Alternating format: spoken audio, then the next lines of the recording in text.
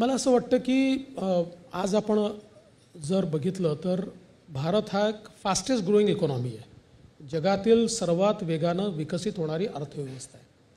आणि या अर्थव्यवस्थेचा कणा जी आहे किंवा या अर्थव्यवस्थेचा एक इंजिन ज्याला आपण म्हणू शकतो, ग्रोथ इंजिन म्हणू शकतो, ते मुंबई आहे, ते MMR रिजन आहे आणि तो महाराष्ट्र आहे. आणि आपण जर जगाच्या पाठीवर विकासाची वाटचाल बघितली असेल तर it has been infrastructure led development. हे दोन मॉडेल आपल्याला प्रामुख्याने दिसतात, एक पॉट लेड डेव्हलपमेंट आणि दुसरी इन्फ्रास्ट्रक्चर लेड डेव्हलपमेंट. या दोन्ही गोष्टी आज मुंबईमध्ये होताना आपल्याला पाहायला मिळतात.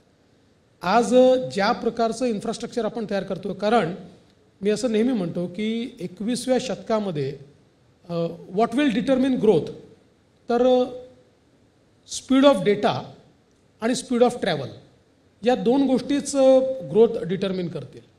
आणि स्पीड ऑफ डेटामध्ये आज आपण जर बघितलं तर विशेषतः मुंबई आणि आसपास देशाची 65% डेटा सेंटर कॅपॅसिटी क्रिएट झाली आहे. So the next data capital और नेक्स्ट काय today's data capital of India is Mumbai, it is MMR. आणि आज आपण पाहतोय की हे जे सगळे इन्फ्रास्ट्रक्चरचे प्रोजेक्ट्स आपण तयार केले आहेत हे स्पीड ऑफ ट्रॅव्हल वाढवत आहेत.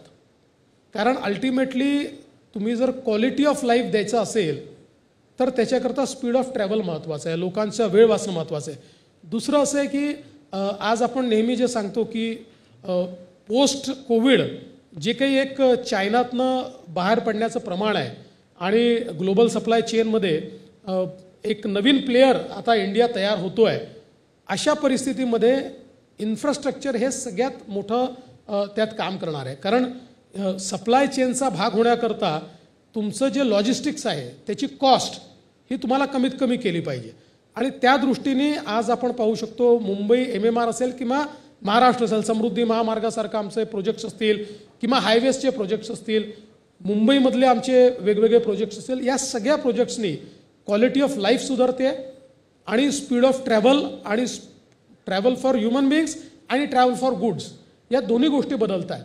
त्यामुळे मला असं वाटतं की स्पीड ऑफ डेटा आणि स्पीड ऑफ ट्रॅव्हल या दोन्हीवर काम केलं तर जी 5 ट्रिलियन इकॉनॉमी देशाची आणि जी 1 ट्रिलियन इकॉनॉमी आपल्याला महाराष्ट्राची करायची आहे, या दोन्ही गोष्टी आपल्याला करता येतील.